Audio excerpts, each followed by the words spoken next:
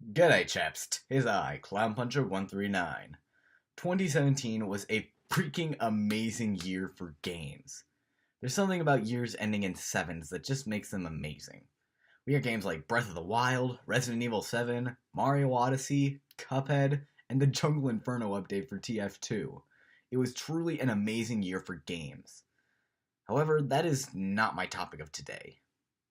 With every great game, there is bound to be a stinker in there. And 2017 definitely had some prominent ones. With that in mind, I give you my absolute worst game of 2017.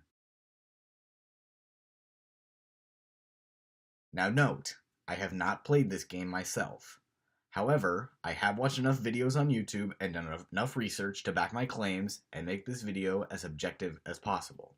So, without further ado, tally-ho, chaps! So you may not have thought about this game at all in the latter half of this year, mostly because it slowly got worse and worse.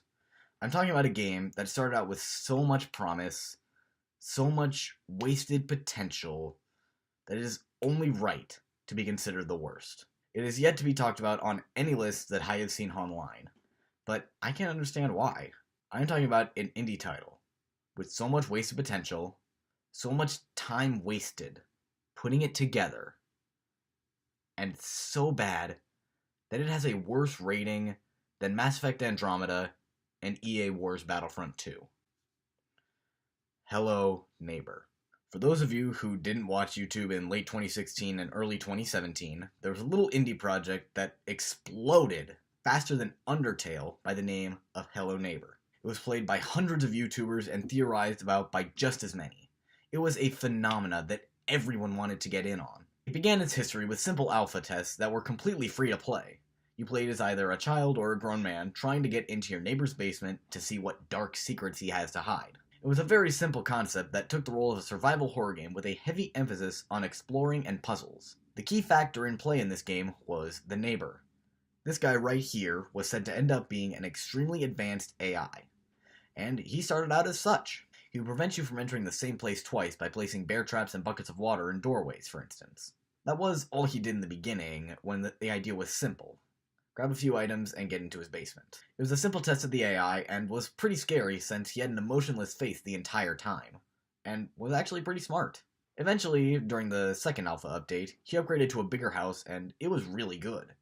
It added a lot more puzzle elements while still making the neighbor smarter and a threat. It was arguably the best update for the game. Soon after, in Alpha 3 I believe, he downgraded to a smaller house in one of the more story-based updates. This introduced a mechanic where the player has to solve puzzles really fast in a chase scene against the neighbor. This was very fun and unique for the time. And that was the last good update this game saw, as things only got worse. The next update gave the neighbor an enormous house that is nearly impossible to navigate for both the player and the neighbor. The neighbor somehow became dumber than before, yet was still a major threat because he was made faster and easier to startle. The only way to make any progress in this update was by hoping that the neighbor's horrible RNG would break him to the point that he gets stuck in a wall and doesn't move. Any semblance of hints were completely removed, and the house stayed the same for the rest of the alpha updates and the entire beta, and even through to the full release of the game. Now granted, I will give the creators some credit for making a somewhat interesting story. That doesn't matter though when your game is a clunky, glitchy, and unplayable mess. The physics in the full release are somehow worse than the first alpha tests given to some YouTubers as early access. The neighbor is somehow even dumber than before, and the only way to play is to hope he glitches out and gets stuck in a wall. That right there is why Hello Neighbor is the worst game of 2017.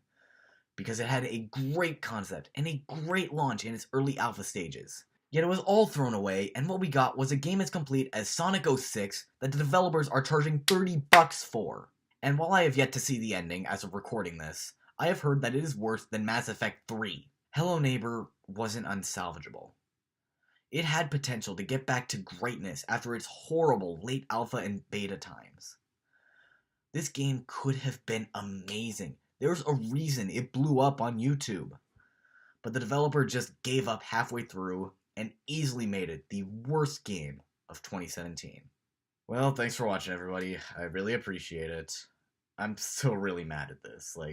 This game could have been amazing, but it just turned into this horrible mess. So, if you enjoyed my rant here, please hit the like button like Joker's face and subscribe for more videos like this. I would really appreciate it. I really don't have enough energy to do my outro because all that really got my breath away, so I'll see you later, chaps.